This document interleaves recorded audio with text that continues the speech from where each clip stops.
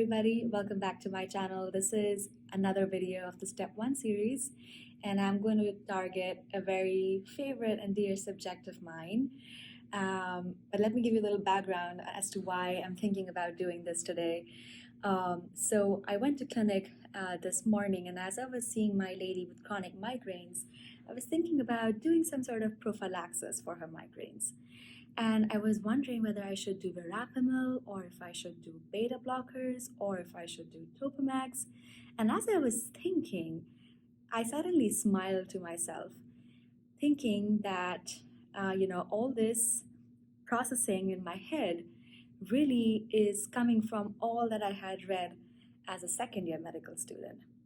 Because in my pharmacology viva, I remember sitting in front of my professor and answering questions as to why a calcium channel blocker works for prevention of migraines. What is the pathophysiology? What is the mechanism?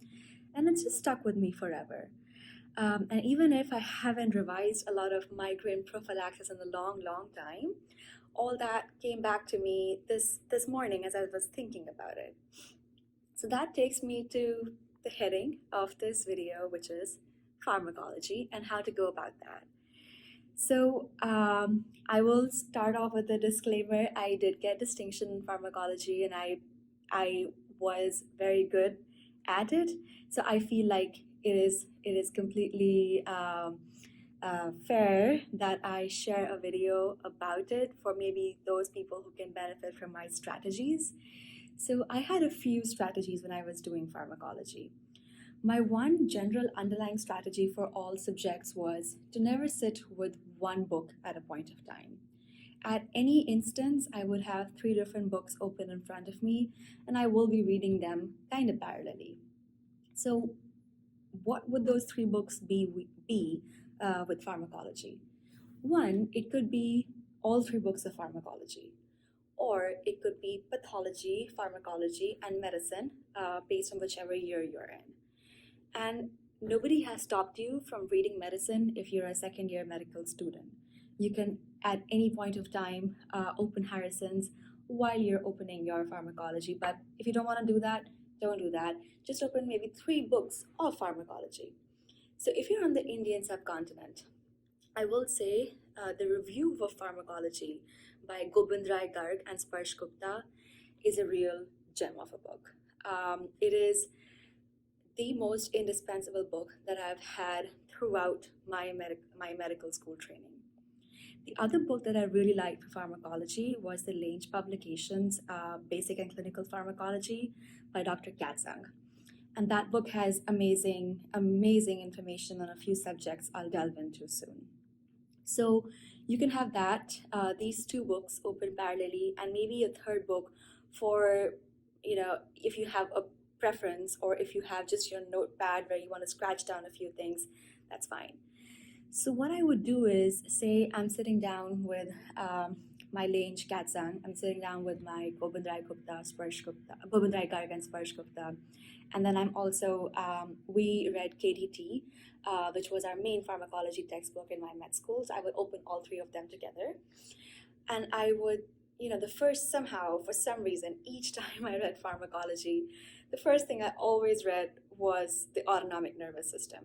And I would go through the cholinergic, antagonist, agonist, and the entire whole process of going through the autonomic nervous system seemed so huge to me that I would always start with the toughest part and then go on to the next. But say you're reading autonomic nervous system, as I did, I will say that the Lange Publications book has explained that beautifully on how these receptors and how the antagonists and agonists work, and at what concentrations do you get like a Dale effect. That has been explained amazingly well in the book by Lange Publications, and it will stay with you long. After you're done reading that part from the book, I will recommend reading a quick summary from Sparsh Gupta, because what it does is it gives you these excellent mnemonics. And I am not typically a mnemonics person, but for some reason pharmacology mnemonics were great for me, and it worked amazingly well. And then I would kind of make an understanding from that. Then I would use my mnemonics from um, Sparsh Gupta, and then I will read up KDT to maybe round up my information.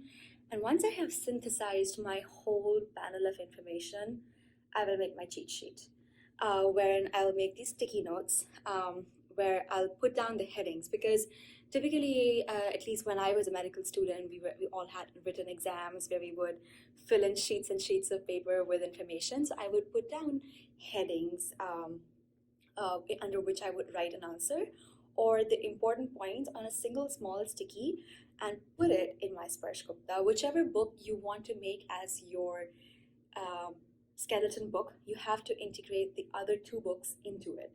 So I don't expect you to be able to integrate your Lange book into this, because that is purely for understanding. Sparsh Gupta is amazing for revision, and I will come to that a little bit later, but you should try and make that your skeleton book if you haven't already. And then synthesize and use the information from KDT to go into Sparsh Gupta. Any nice piece of information that you found, just put it in here.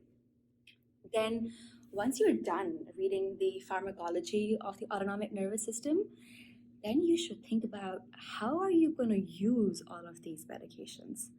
At that point, I would recommend reading shock. If you haven't read the physiology of shock already, maybe do it now and see how you can actually apply this knowledge of these medications in practice. So, I'm going to be starting ICU Monday, and I'll be thinking all about, oh, should I do epinephrine in this patient? Oh, should I do noradrenaline? Okay, when do I use dobutamine? All these thoughts will be coming from what I read in my second year pharmacology, because I don't remember reading them in detail ever again. So if you are able to understand how would you treat a patient in shock, and what kind of shock is it, and revising your physiology of shock as you're reading about all these pressors will give you an amazing concept of what to do when you actually see a patient in shock.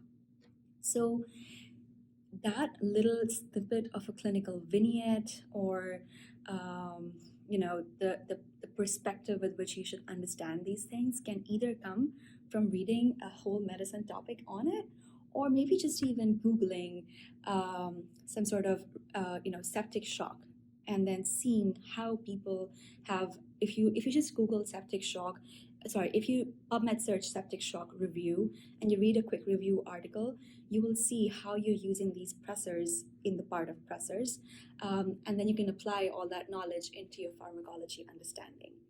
So this will really solidify your learning, and you will answer every question in a Viva in pharmacology, in a Viva in medicine, in a Viva in even physiology, if you're ever, you probably are beyond that at this point. But the point being that you will have a holistic understanding.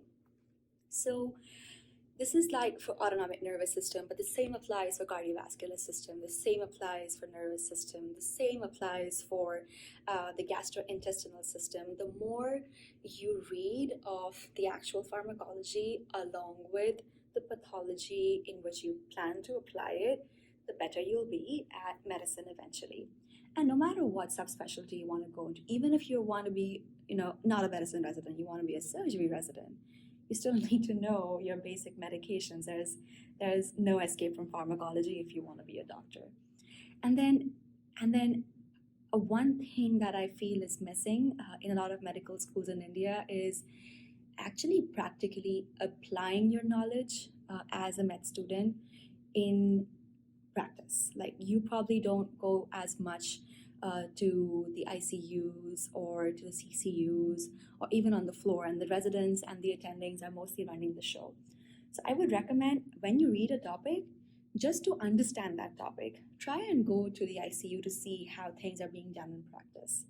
And that will further solidify everything. Obviously, this is a lot of steps.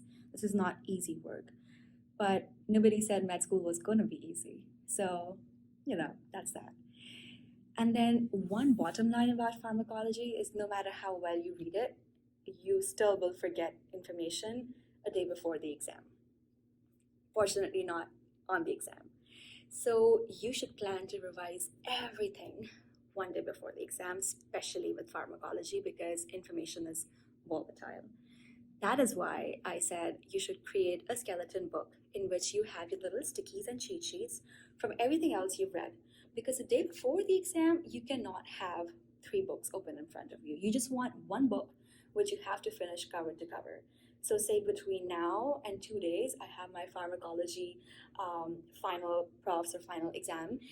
So, I will open Sparsh Gupta and I will start reading everything, and then I will see the little cheat sheets and snippets from whatever I have synthesized and summarized in there, and then I'm all set. So I believe that the amount of effort you put in when you're reading something for the first time is it just goes a long, long way. And always know that you will read a topic at least 4 times before you take the actual exam. The first time you read it, you will retain only 20% of what you read, even if you did all of this. The next time you'll read it, you'll retain probably 20 plus another 20%. And the third time you'll read it, you'll actually start remembering more and more and seeing more details. And then finally, you should be able to retain about 80% of what you're reading, and you're well prepared for the exam. And this same strategy, just do it in med school this way. And when you're preparing for step 1, your first aid does this for you as it is. So if you want to gravitate towards first aid early on, that's fine. If you don't, and if you do it this way, which is how I did because I had no plans of doing USMLE eventually, that's fine too. Because first aid doesn't have a lot of conceptual explanations about all the medications. It really is not the only book that you will be able to use for your pharmacology. So even when I was preparing for my step 1, I would go back to Sparsh Gupta because that is where all my visual memory was from. So make that or any smaller book which has everything your skeleton book and use that again and again. And that is my advice for pharmacology if you're a second year med student or if you're applying for step 1. That same technique holds true. And the only difference would be for step 1, you will probably need to read a little less than what you will for your second year. That's why narrowing down your information base is never hard. But if you are trying to read only first aid and then expand from that in your exam, that will be hard. So that is everything. And if you think that I still did not cover topics in pharmacology, things that could have been said were not said, let me know. I'm happy to make another video. But I don't think it should be more complicated than this. And this general strategy should suffice. All right, that was all I had. Have a good day and or a good night. See you next time.